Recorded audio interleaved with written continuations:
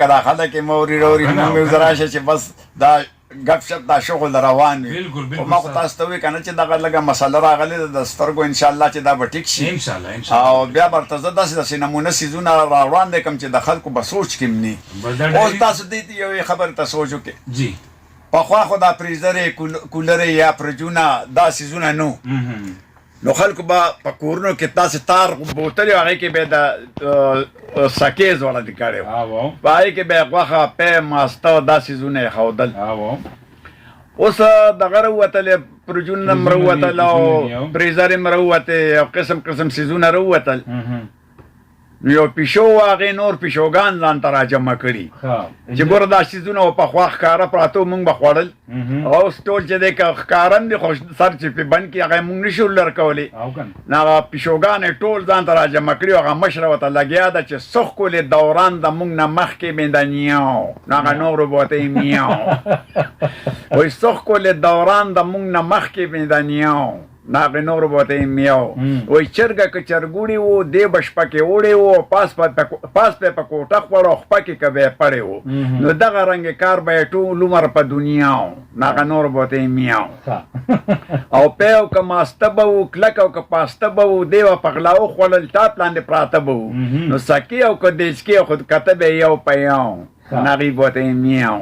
نو چا نه به یې قیمه خوړه غوښه به یې مخ خوړه دی د کور ودانې نه او شپه کې او د ورځې په غرمه خوړه نو د دې پاره کولو له سپې راوستې په اتیاو میاو نو اوس تاسو دې ته سوچ وکړئ بالکل جی دا یو زموږ کلي کې یو لیونی و دیوال ته یې داسې غوږ نیولی و زما پې خیال شو ما یې ولې لکه وایي تراشه تراشه تراشه ما یې ولې وایي ته دې دیوال ته غوږ کېږده نو زه ورلم ما دیوال ته مې غوږ کېښو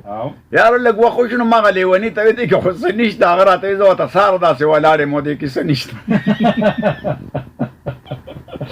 بالکل دغسې جي غږ دی د اباسین رډیو نیټورک دغسې جي د یو سړي د هغه په پوزه به یو مخمچ کېناسته و د بشر هغه راته کېناسته و د بشر اخره کې چاړه راواغشه ځان نه یې پوزه پرې کړه مچ ته وایي ښه اوس په پسه کښېنې بالکل جی داسې دي او مینهوالو زموږ پروګرام سرجي یو دغه مې مخې لرال دا دغسې یو هلک لیونی شوی اکثر دماغو د انګیکانه څه سوچونه فکرونو د لاسه شي یا د کور کې د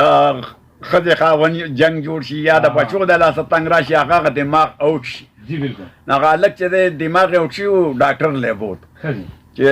معاینه یې وله وکړله بیا یې ورته دوایي ولیکله دا وله ورکوی او خو پرهیز لکه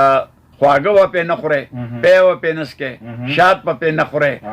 او چې دی جوړ راوسته نو چې کلي ته یې راوسته دی اوس د کور نه راووته باره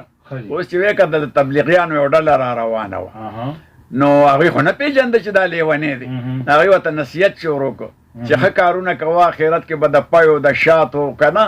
او دا چینې او دا ولې به روانې دی ورته نه دا په ما ډاکټر بند کړي بالکل جی